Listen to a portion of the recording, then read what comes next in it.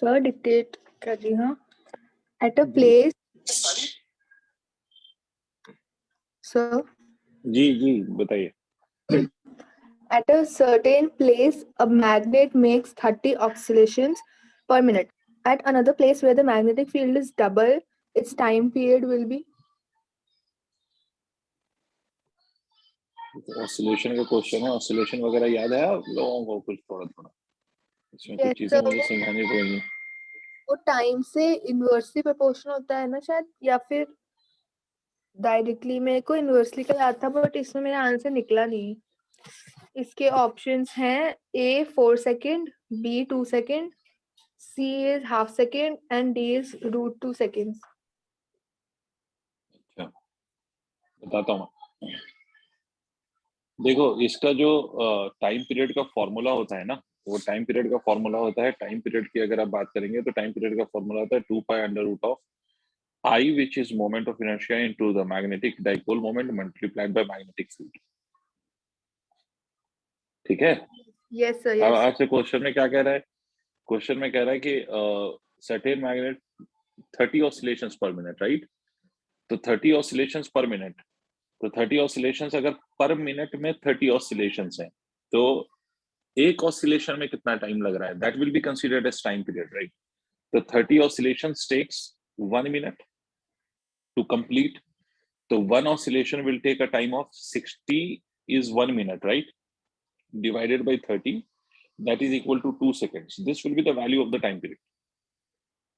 समझ आई बात? Time period का मतलब होता है time taken by any body to complete one oscillation is called as time period. Yes sir. तो ये 2 सेकंड हो गया. अब आपको पता है कि magnetic field is just made double, तो ये जो t है that is coming out to be inversely proportional to root under b, है ना?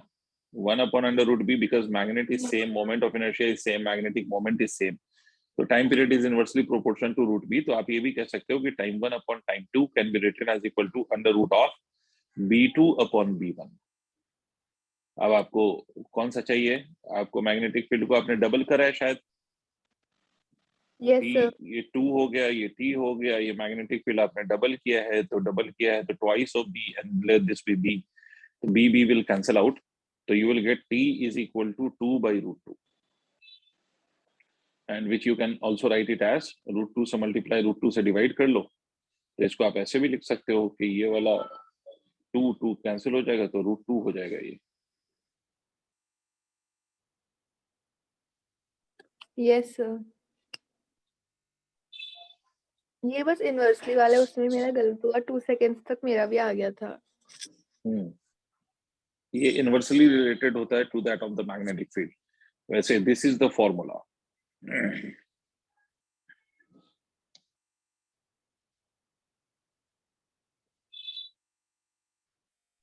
Done sir. Next.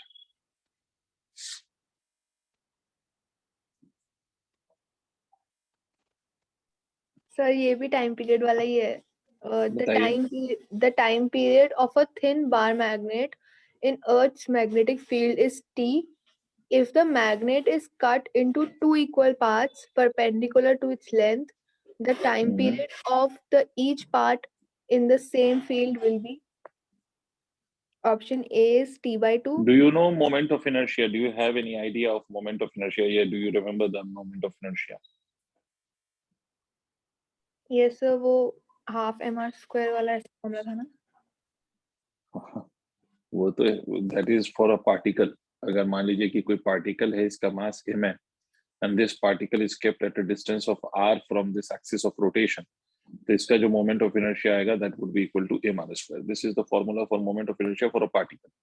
But bar magnet can be taken as a rod like a structure. तो अगर कोई rod है तो इसका जो moment of inertia होता है center के about, a line passing through its center, this moment of inertia is ml square by 12.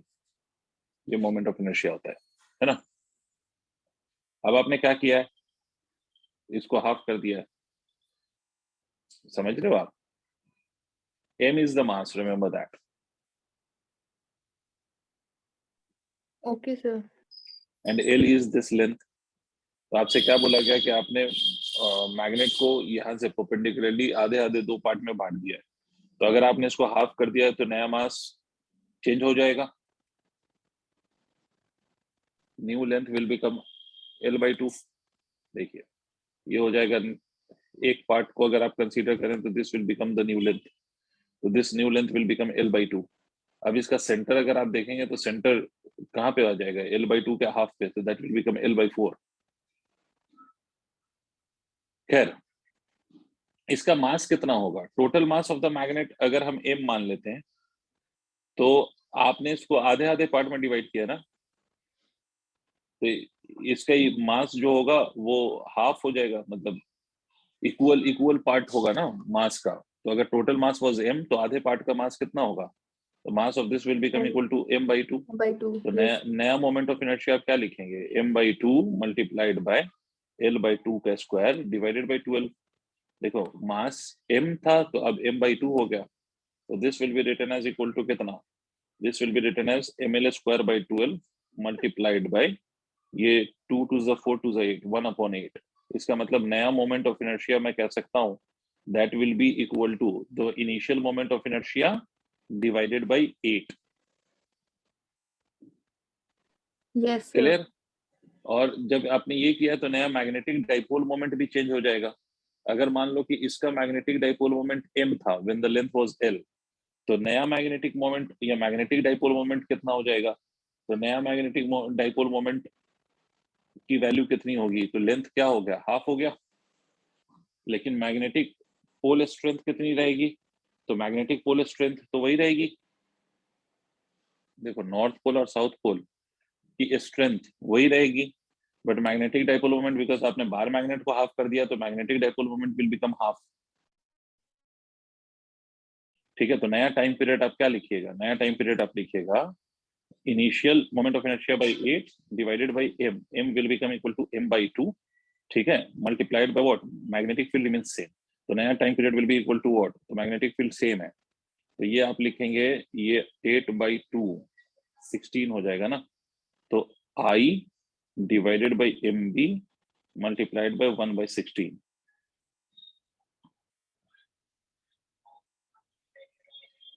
ठीक है, yes sir अब ये जो भी आ जाए इसको सॉल्व करते हैं। I upon MB will be the initial time period,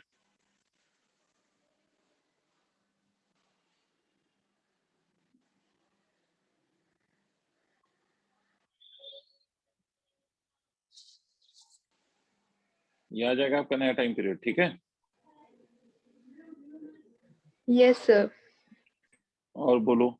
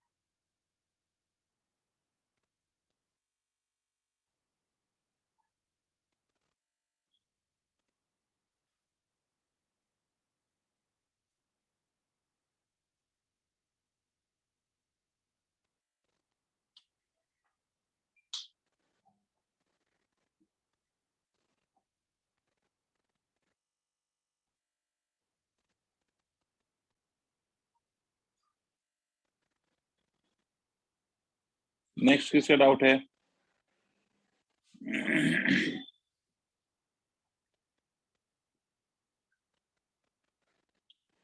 अगर doubt in the form of question नहीं है तो कोई वो टॉपिक बताओ जो मैं रिवाइज करा दूं आप लोगों को, या आप लोग रिवाइज कर चुके हैं, कोई डाउट है, कोई इश्यूज हैं? सर मुझे पूछना था कि हम्म। जो नीट के लिए फिजिक्स की बुक मतलब अगर कोई मेरे को लेनी चाहिए तो ऐसा लग रहा है या फिर मतलब एमटीजे की भी नीड्स की आती है ना, तो मैं कौन सी लूँ, अभी देखिए तो अब मैं वो तो बस अच्छा वो तो डिपेंड करता है आप पे, कि वैसे तो S L Arora if you solve it completely, I mean उसके जो ऑब्जेक्टिव वाला पोर्शन है उसमें ऑब्जेक्टिव्स गिवन है आपको, एम्स वाले ऑब्जेक्टिव भी आपको गिवन होंगे पीछे के साइड पे, एम्स वाले ऑब्जेक्टिव, और प्लस AIPMT का ऑब्जेक्टिव होगा। ये दोनों मेडिकल के लिए ही है, पहले एम्स और AIPMT। एम्स अलग होता था और ये all India pre medical test के नाम से होता था। तो ये Yes, sir. दोनों वाला जो पोर्शन है ऑब्जेक्टिव का, अगर आप वो कर रहे हैं तो बहुत बढ़िया। तो आपको कोई दूसरी बुक खरीदने की जरूरत नहीं है। आपको सिंपली क्या है, नीट में आपको नंबर ऑफ क्वेश्चंस की प्रैक्टिस ज्यादा चाहिए। अगर उसके लिए आप कुछ और करना चाहते हो तो you can go for the errorless, कोई मतलब एररलेस बुक या कोई ऐसी बुक, उसको आप देख लो, उससे आप कर सकते हो। Sir, ठीक है, मतलब errorless. हाँ, कोई भी एररलेस कहने का मतलब ये है कि कोई भी एक ऑब्जेक्टिव बुक ले, चाहे वो Okay, MTG sir. की हो चाहे अरिहंत की हो। ठीक है, जिससे नंबर ऑफ क्वेश्चंस जो होना आपके प्रैक्टिस के लिए बहुत मतलब आपको मिल जाए। तो you need the maximum number of question for your practice. बाकी चीजें तो कुछ नहीं है, ऐसा कोई बहुत खतरनाक क्वेश्चन नीट में आता नहीं है। मतलब आता भी हो तो आता हो, लेकिन जब आप बहुत ज्यादा क्वेश्चन की प्रैक्टिस कर लोगे तो आपको खुद ही दिमाग चलना शुरू हो जाएगा। So you don't need to take any burden for this. आप कोई भी एक बुक ले लीजिए जो भी आपको अच्छी लगती हो, वेदर MTG, अरिहंत और एनी अदर बुक्स। ठीक है, वो कोई सी भी आप बुक ले लीजिए। Okay sir. और बोर्ड्स के लिए तो क्वेश्चन बैंक और सैंपल पेपर्स के क्वेश्चंस प्रैक्टिस कर रही थी मैं अभी, इनके लिए भी तो यही चलेगा ना? हाँ, इनके लिए भी यही चलेगा, क्योंकि देखो ये पहली बार ऑब्जेक्टिव पैटर्न पे बोर्ड का एग्जाम हो रहा है। तो इनफैक्ट अभी स्टैंडर्ड क्या होगा क्वेश्चन का वो किसी को नहीं पता, बट यस इतना तो है ही है कि स्टैंडर्ड बहुत ज्यादा हाई तो नहीं हो सकता, क्योंकि बोर्ड के लिए है तो बोर्ड के लेवल पे ही बात होगी, उससे बहुत ज्यादा ऊपर तो बात हो नहीं सकती। तो जो टॉपिक्स हैं बोर्ड के, उसी टॉपिक्स पे क्वेश्चंस होंगे और वही स्टैंडर्ड होगा। तो ये बुक जब आप कर रहे होगे तो वो उसके ऑब्जेक्टिव्स भी आप ऑटोमेटिकली आपसे हो रहे होंगे, तो उसके लिए कुछ अलग से करने की कोई जरूरत नहीं है। Okay sir.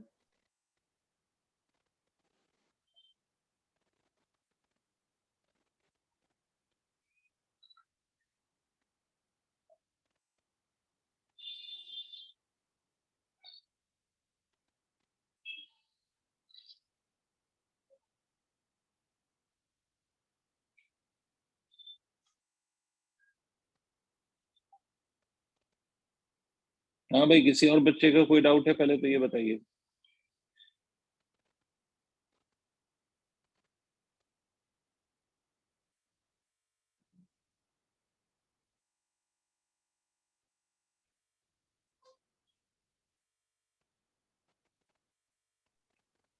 Sorry sir, but मैं एक और पूछ लूं क्योंकि हाँ बिल्कुल, कल सॉरी इसमें नहीं है, बिल्कुल पूछना है।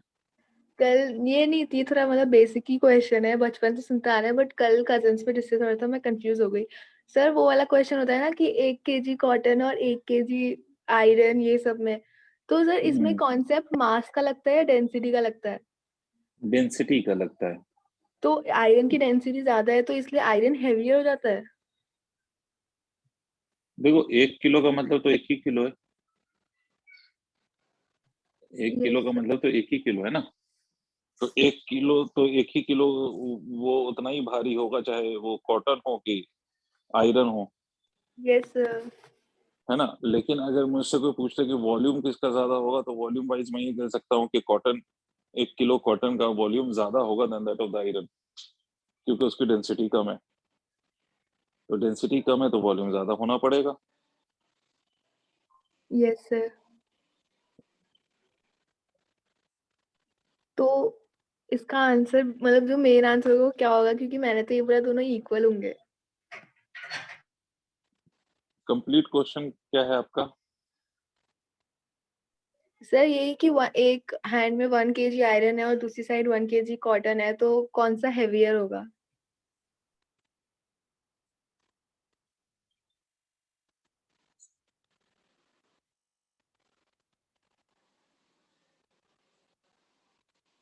एक मिनट रुको।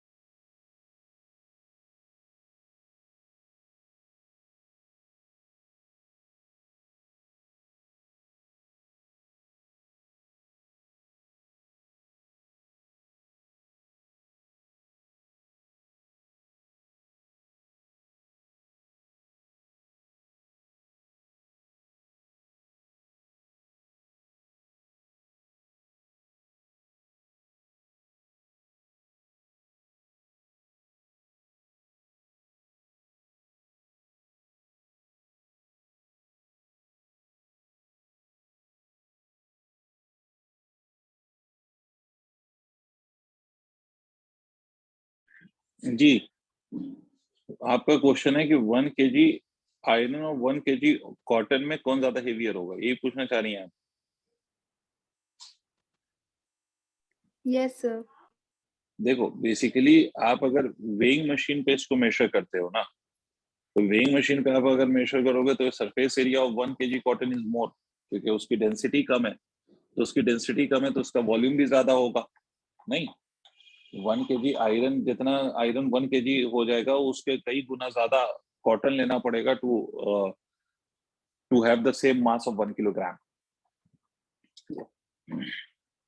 ठीक है, लेकिन जब आप इसको वेइंग मशीन पे रखोगे तो वेइंग मशीन पे एक कॉन्सेप्ट आता है अप थ्रस्ट का।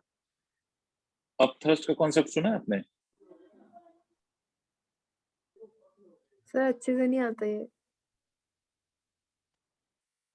अच्छा, 11th में पढ़ाया जाता है अप थ्रस्ट या अपवर्ड थ्रस्ट। अप थ्रस्ट या अपवर्ड थ्रस्ट, जिसको बॉइंट फोर्स भी कहते हैं। अब याद आया? हाँ सर आ गया वो, पार्शियली उसमें। हाँ, बॉयंस है ना? फोर्स तो जिसका वाटर वॉल्यूम पे ज्यादा भी। होगा, जिसका वॉल्यूम ज्यादा होगा वो ज्यादा लिक्विड को डिस्प्लेस करेगा। तो जिसका वॉल्यूम ज्यादा है वो ज्यादा वॉल्यूम ऑफ लिक्विड भी डिस्प्लेस करेगा। तो ज्यादा वॉल्यूम ऑफ लिक्विड डिस्प्लेस करेगा तो वो जितना, आप देखो एक बॉडी है, अरे क्या हो गया इसको, ये एक बॉडी है, इसका ये नीचे mg लग रहा है, ऊपर की तरफ बॉइंट फोर्स या अपवर्ड थ्रस्ट लग रहा है। ठीक है, बॉइंट फोर्स या अपवर्ड थ्रस्ट। तो अब वॉल्यूम अगर ज्यादा है तो वो ज्यादा लिक्विड को डिस्प्लेस करेगा, तो बॉइंट फोर्स ज्यादा लगेगा। जब बॉइंट फोर्स ज्यादा लगेगा तो नेट वेट अगर आप निकालेंगे ना, तो नेट वेट की वैल्यू क्या हो जाएगी? नेट वेट की वैल्यू हो जाएगी mg minus of बॉइंट force. बॉइंट force जितना ज्यादा बढ़ेगा, आपका जो वेट मेजर होगा वो उतना कम वेट मेजर होगा। ठीक है, तो इसका मतलब है कि आपके कॉटन का जो वेट मेजर होगा वो कम मेजर होगा in comparison to the iron. क्या मसला है इसका? इसका बस मसला यह है कि density of cotton is less than that of density of iron. Okay sir.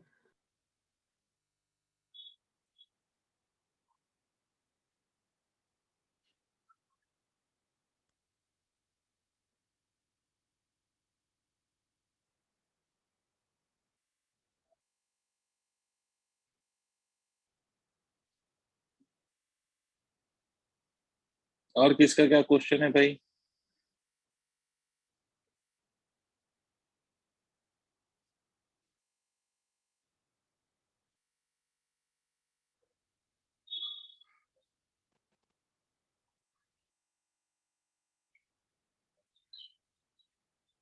और बाकी का कोई क्वेश्चन या मैं पूछ लूं?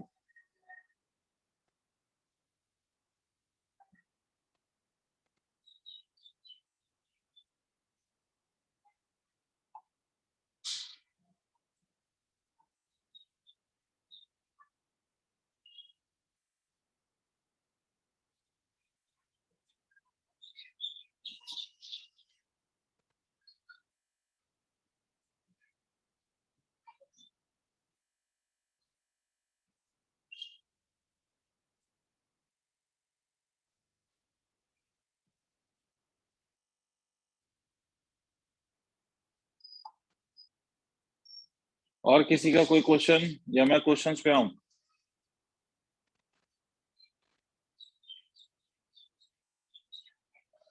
आप लोग मेरी बात सुन रहे हैं? Yes sir. Yes sir. चलिए मैं आप लोगों से कुछ कुछ पूछता हूँ। आप लोगों ने सारे चैप्टर रिवाइज कर लिए?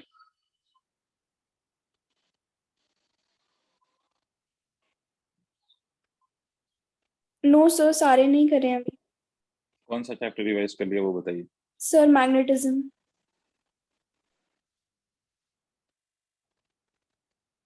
मैग्नेटिज्म तक रिवाइज कर लिया या सिर्फ मैग्नेटिज्म रिवाइज करा? सर अभी मैग्नेटिज्म चल रहा है। रिवीजन मैग्नेटिज्म का चल रहा है। यस इसका सर। मतलब उससे पहले वाली चीजें रिवाइज कर ली ना आप लोगों ने? Yes sir. ठीक है, तो चलो छोटे छोटे क्वेश्चन आपसे पूछते हैं हम।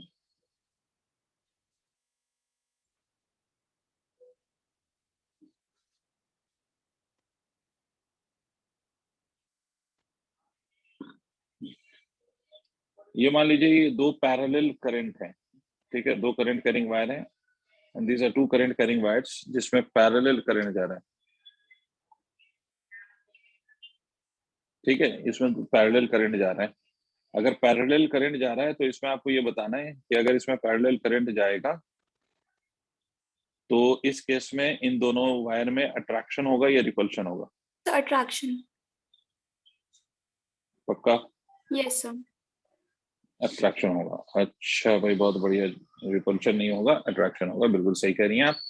अच्छा, अगर ये इनफाइनाइटली लॉन्ग वायर है तो इस इनफाइनाइटली लॉन्ग वायर के लिए मैग्नेटिक फील्ड इस डिस्टेंस पे कितनी होगी? अगर ये डिस्टेंस मैं r मान लूं तो what is the formula for the magnetic field at a distance of d? Sir mu not I upon hmm 2, नहीं सर एक second,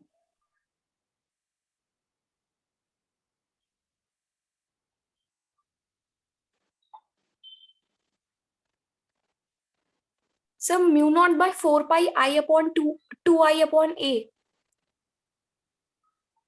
not i upon 4 pi upon 2 या mu not i upon 2 pi r या 2 पाई d? एक minute रुकिएगा आप लोग।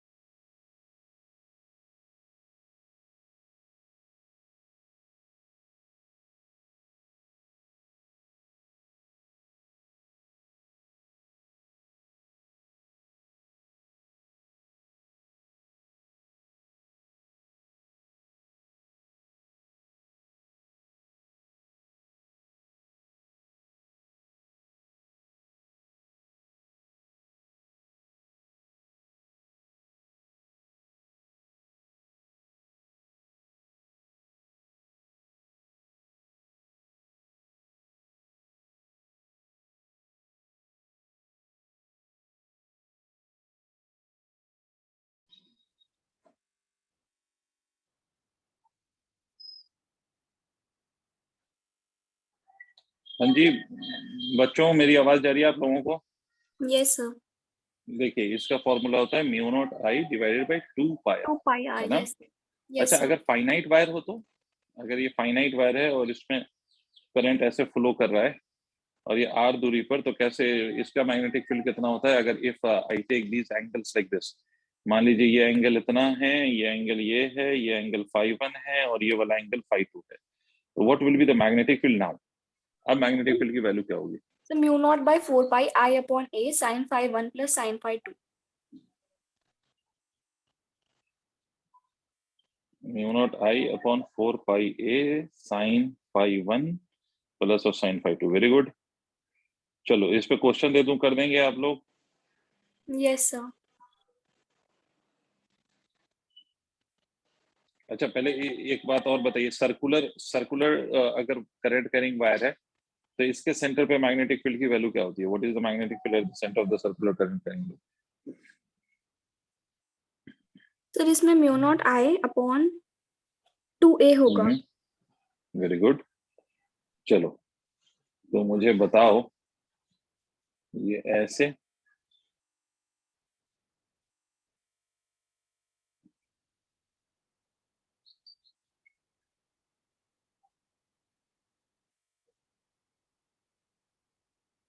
ये ऐसे,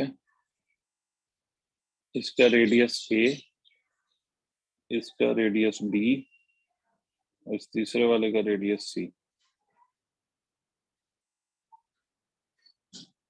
ठीक है, इसमें करंट I फ्लो कर रहा है and all of these are making an angle of theta at the centre. आपको बताना है यहाँ पर मैग्नेटिक फील्ड कितनी होगी, सॉल्व करके बताइए तो। What will be the magnetic field eight the centre? करिए।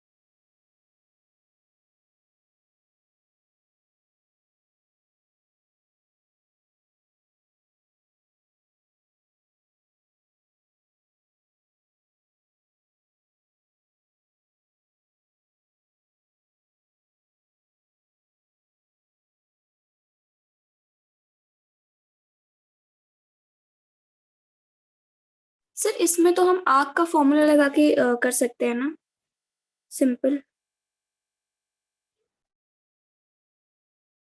जी सर, हम आर्क का फॉर्मूला लगा के कर सकते हैं, तो वही आर्क का फॉर्मूला लगाना है, ये 3 आर्क का।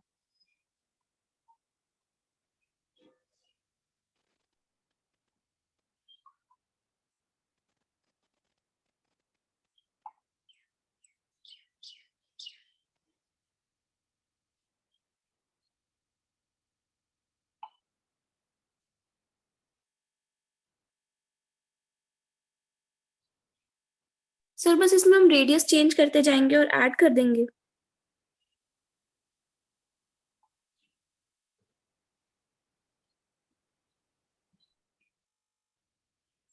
अब आप बताइए कैसे करेंगे, रेडियस चेंज करके ऐड करना है या क्या करना है, बताइए। अच्छा, सर आर्क का फॉर्मूला बेटे क्या होता है, पहले तो ये बताइए। Mu not I upon 4 pi r into theta in radiance. ठीक है, तो मेरे बच्चे, अगर मैं इसमें करंट मान लीजिए आई जा रहा है, तो यहाँ से हर पार्ट में करंट आई जा रहा होगा, ऐसे भी आई जा रहा होगा, ऐसे भी आई जा रहा होगा, ऐसे भी आई जा रहा होगा। चलिए यहाँ से स्टार्ट करते हैं, इसको पहला आर्क मान लेते हैं, इसको दूसरा मान लेते हैं और इसको तीसरा मान लेते हैं। तो पहले वाले आर्क के लिए जो रेडियस है वो कितना है वो देख लीजिए।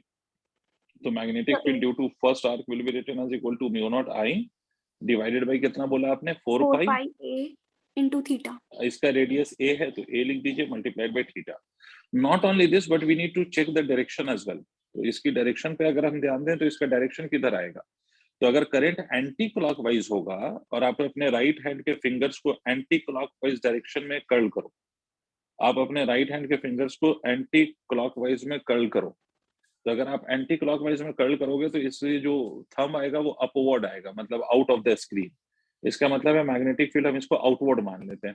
ठीक है, B2 के लिए यही लगाइए, तो यही क्या लिखेगा, mu not I divided by 4 pi b multiplied by theta. और इसकी जो मैग्नेटिक फील्ड आएगी वो किधर आएगी, इनवर्ड आएगी। कैसे पता सर, वही राइट हैंड वाला रूल लगाओ। ठीक है, yes sir. And the third one is B3। B3 के लिए आप लिखेंगे तो mu not I divided by 4 pi multiplied by c multiplied by theta. और इसके लिए भी मैग्नेटिक फील्ड किधर आएगी, आउटवर्ड आएगी। सर अब आउटवर्ड, ये दो मैग्नेटिक फील्ड आउटवर्ड है और एक मैग्नेटिक फील्ड इनवर्ड है, तो आप किसी को भी पॉजिटिव मान लीजिए और किसी को भी निगेटिव मान लीजिए। तो आप अगर इसको पॉजिटिव मान लेते हो, इसको अगर आप पॉजिटिव मान लेते हो आउटवर्ड वाले को, तो इनवर्ड वाले को निगेटिव मान लो या वाइस वर्सा, जैसे आप कर लो। तो नेट मैग्नेटिक फील्ड आप क्या लिखोगे, नेट मैग्नेटिक फील्ड आप mu not I upon 4 pi a multiplied by theta minus of mu not I upon 4 pi b multiplied by theta plus of again mu not I upon 4 pi c multiplied by theta. Plus हमने outward को लिया है, minus हमने inward को लिया है, तो net net magnetic field कितना आ जाएगा, mu not I divided by 4 pi multiplied by theta 1 upon a minus 1 upon b plus of 1 upon c. ये आएगा कुछ रिजल्ट। ठीक है ये। बच्चे।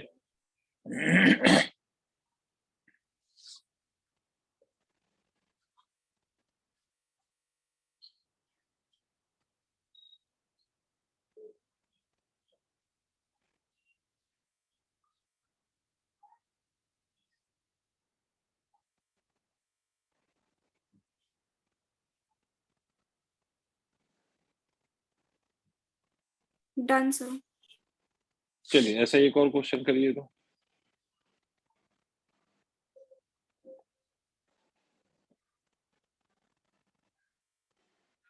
हम्म,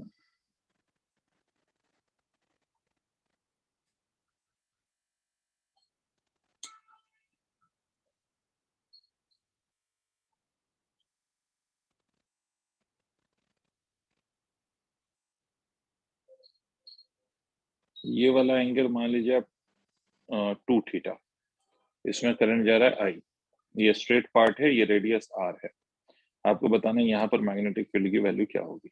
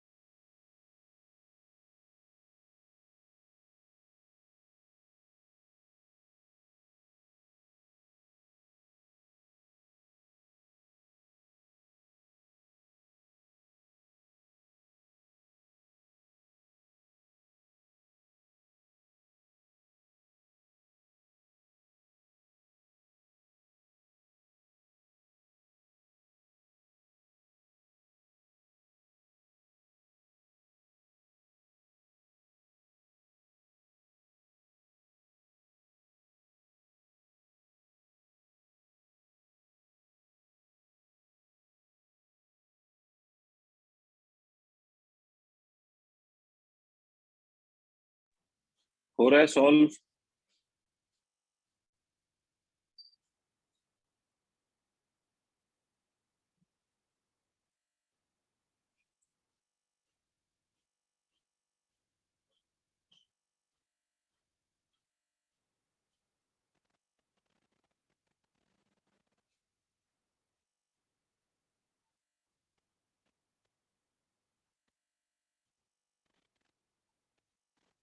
सॉल्व हो रहा है बच्चों? सर इसमें कंफ्यूजन हो रहा हाँ बताइए क्या कंफ्यूजन हुआ, बोलिए सेमी कंफ्यूजन सर्कल बताइए। आर्क माइनस करेंगे क्या सर? नहीं बेटा, ये सेमी सर्कल नहीं है ना, आपको दिखाई दे रहा होगा ये सेमी सर्कल नहीं है। इसमें ना it is the combination of circular part and straight wire. ये स्ट्रेट दो वाला। तरह के कंडक्टर्स का कॉम्बिनेशन है, सर्कुलर और स्ट्रेट वायर। समझ रहे हो आप? यस ठीक है। सर। अब देखो सर्कुलर पार्ट के लिए तो वही आर्क वाला फॉर्मूला लगा सकते हो आप, और आर्क वाले फॉर्मूले में आप ये कहोगे कि ये वाला जो एंगल है, this angle will be equal to 2 pi minus of 2 theta. ये वाला जो होगा ये 2 पाई माइनस ऑफ 2 थीटा होगा। तो magnetic field will be equal to what, mu not I divided by 4 pi multiplied by the radius into कितना angle आप लिखेंगे यहाँ पर 2 pi minus of 2 theta. This is the angle and the magnetic field will be directed inwards. ये जो magnetic field है वो inward है। समझ आई बात आपको? ठीक है, यस सर। आर्क वाला फॉर्मूला हमने लगाया है और ये मैग्नेटिक फील्ड इनवर्ड है। आई होप आपको मेरी बात समझ में आ गई। Okay, moving on to the next one. अब इसमें दूसरा वाला देखो तो ये स्ट्रेट वायर है। ये स्ट्रेट वायर को अगर देखो तो ये पूरा जो एंगल बना रहा है ना, दिस एंगल इज 2 थीटा। तो अगर इसका आधा एंगल करेंगे तो ये भी थीटा होगा, ये भी थीटा होगा। अब स्ट्रेट वायर का यहाँ पर ये इनफाइनाइटली लॉन्ग स्ट्रेट वायर नहीं है, ये फाइनाइटली लॉन्ग स्ट्रेट वायर है। तो फाइनाइटली लॉन्ग स्ट्रेट वायर अगर ये है तो फाइनाइटली लॉन्ग स्ट्रेट वायर वाला मैग्नेटिक फील्ड वाला फॉर्मूला लगाएंगे आप, mu not I divided by 4 pi a sine phi 1 plus sine phi 2। ठीक है, sine phi 1 plus of sine phi 2 वाला फॉर्मूला। बट उसके लिए मुझे ये दूरी चाहिए ना, जहां पर आपको मैग्नेटिक फील्ड निकालना है वो डिस्टेंस चाहिए। अब ये डिस्टेंस कैसे लाऊं, तो देखो यहां से भी देख सकते हो। ये डायग्राम को अगर आप ध्यान से देखो तो ये वाली जो लेंथ है this is r and this angle is theta.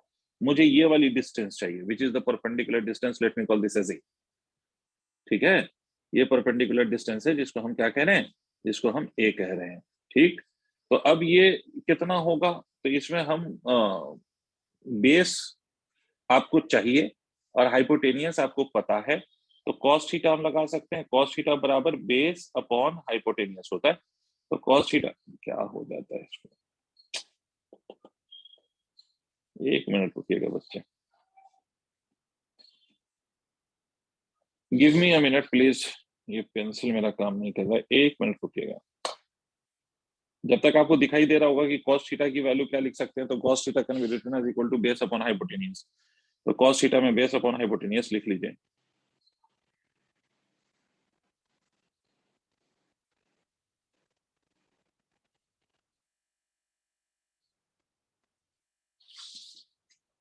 लिखा आप लोगों ने cos theta is equal to base upon hypotenuse? Yes sir. अब ये जो हुआ, Yes. ये जो आया ये डिस्टेंस वो a हो गया ना। ये आपका cos theta upon hypotenuse, hypotenuse is r।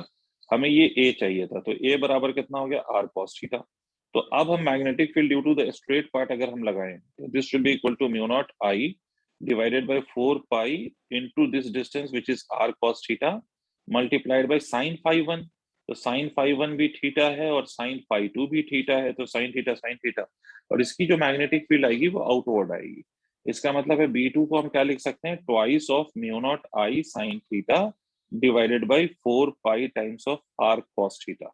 अब ये दो मैग्नेटिक फील्ड है, एक आउटवर्ड है एक इनवर्ड है। तो आप मुझे एक बात बताओ कि अगर if you have two magnetic field, one is outward another one is inward, तो इस केस में क्या होगा, ये दोनों मैग्नेटिक फील्ड आप ऐड करोगे या सब्ट्रैक्ट करोगे?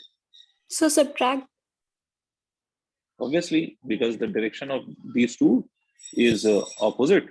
तो आप सब्ट्रैक्ट करोगे तो सब्ट्रैक्ट कर लो।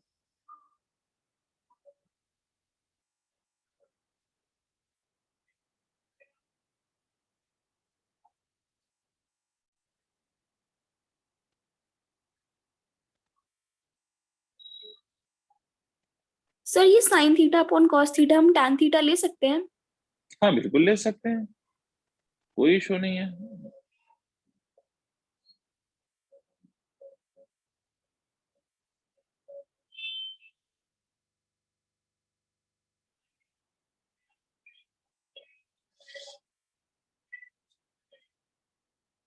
नोट कर लिया आप लोगों ने? Yes, sir, done. Yes sir. ठीक है, एक और क्वेश्चन करिए। तो ये मान लीजिए कि ये आपका एक सर्कुलर वायर है जिसमें करंट ऐसे फ्लो कर रहा है, इसकी रेडियस हम मान लेते हैं r है। एक दूसरी सर्कुलर वायर ऐसे रखी हुई है and they are concentric circular wires, इसमें करंट मान लो ऐसे फ्लो कर रहा है एंड इसकी जो रेडियस है let that radius B 2r, इसकी जो रेडियस है वो 2r। तो इस पॉइंट पे ये जो मान लो इसको O कहते हैं, तो मैग्नेटिक फील्ड एट O आपको बताना है। यहाँ पर दो सर्कुलर वायर्स हैं और इसकी नेट मैग्नेटिक फील्ड आपको बतानी है पॉइंट O पर। What would be the value of net magnetic field eight point O?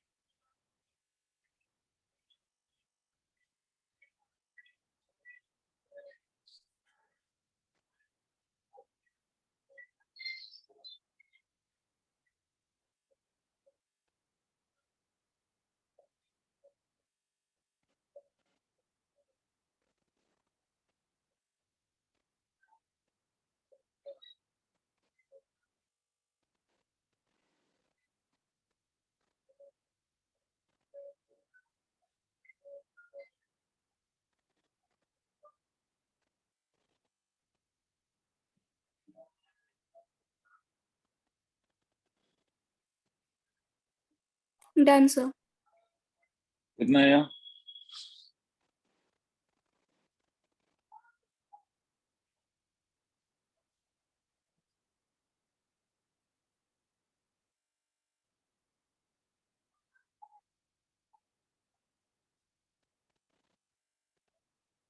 Sir, mu naught I by 2r 1 plus 1 by 2 bracket में. देखिए इस केस में जो दोनों की मैग्नेटिक फील्ड है वो सेंटर पे है, और सेंटर पे जो ये दोनों की मैग्नेटिक फील्ड है वो दोनों मैग्नेटिक फील्ड एक दूसरे से परपेंडिकुलर होगी, है ना। These magnetic fields will be perpendicular to each other. ये जो हॉरिजॉन्टल प्लेन में रखा हुआ है, हॉरिजॉन्टल प्लेन वाले की अगर आप मैग्नेटिक फील्ड देखेंगे तो देखिए, एक मिनट में आपको समझाता हूँ। हॉरिजॉन्टल वाले की जो मैग्नेटिक फील्ड है, ये ऐसे रखा हुआ है सर्कल और इसमें करंट ऐसे फ्लो कर रहा है, तो ये मैग्नेटिक फील्ड अपवर्ड आएगी वाई एक्सिस के अलॉन्ग। और दूसरा वाला ऐसे है, ऐसे करंट फ्लो कर रहा है, तो इसकी जो मैग्नेटिक फील्ड आएगी वो नेगेटिव एक्स एक्सिस के अलॉन्ग आएगी। मतलब अगर आप यहाँ पर ध्यान से देखें तो we will having two magnetic field, one will be upward and another one will be towards negative x axis। ठीक है, one will be upward और दूसरा वाला जो है वो नेगेटिव एक्स एक्सिस के अलॉन्ग होगा, है ना। एक अपवर्ड है और दूसरा नेगेटिव एक्स एक्सिस के अलॉन्ग है। तो अपवर्ड जो मैग्नेटिक फील्ड है और नेगेटिव एक्स एक्सिस के अलॉन्ग जो मैग्नेटिक फील्ड है वो दोनों राइट एंगल बना रहे हैं एक दूसरे के साथ। इसको आप कह लीजिए मैग्नेटिक फील्ड समथिंग B1 और इसको आप मैग्नेटिक फील्ड 2 कह लीजिए। तो B1 की वैल्यू क्या होगी? Mu not I divided bye 2r, और B2 का चूंकि रेडियस इसका डबल है तो So इसका mu naught I by magnetic field हो जाएगा 4r. Mu not I divided bye 4r। Very good. और दोनों 90 डिग्री के एंगल पे हैं, तो नेट मैग्नेटिक फील्ड क्या होगा? नेट मैग्नेटिक फील्ड इन दोनों का वेक्टर सम होगा B1 का स्क्वायर प्लस ऑफ B2 का स्क्वायर।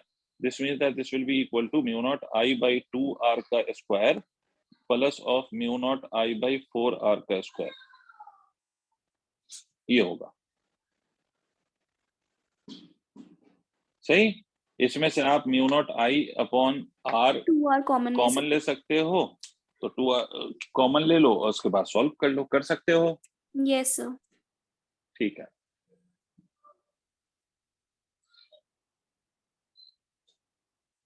नेक्स्ट।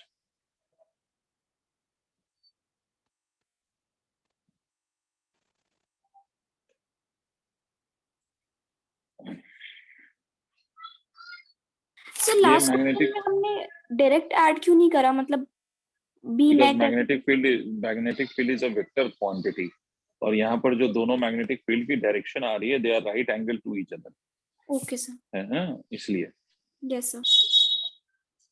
अच्छा, यहाँ मान लीजिए एक चार्ज पार्टिकल है, इस चार्ज पार्टिकल को हमने ऐसे फेंका है, तो चार्ज पार्टिकल की वैल्यू मान लेते हैं 2 माइक्रोकूलम है, मास ऑफ दिस चार्ज पार्टिकल मान लेते हैं कि 0.2 ग्राम है, और वेलोसिटी, जितनी वेलोसिटी हमने दी है वो मान लीजिए कि 10 मीटर पर सेकेंड है।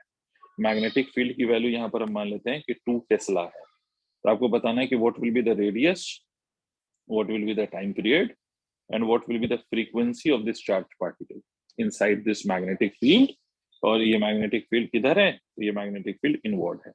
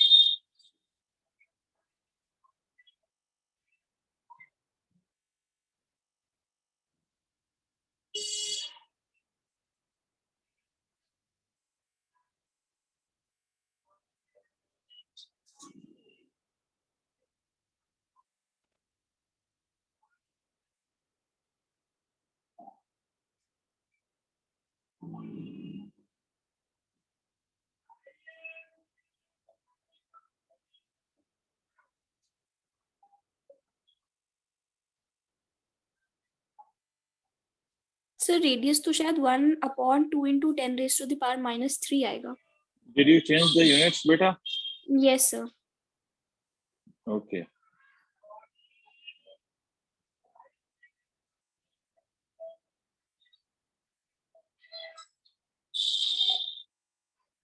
सर इसमें Radius थीटा का 90 ही होगा ना, R = mv/qb। obviously 90 होगा, Yes, sir. वेलोसिटी परपेंडिकुलर है। Yes, sir.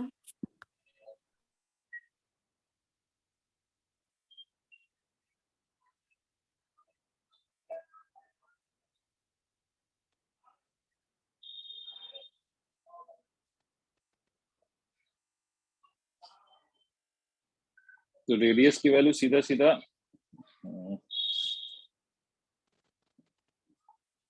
तो रेडियस के लिए आप सीधा mv/qb। सीधा फॉर्मूला यूज करेंगे mv/qb। Yes, sir.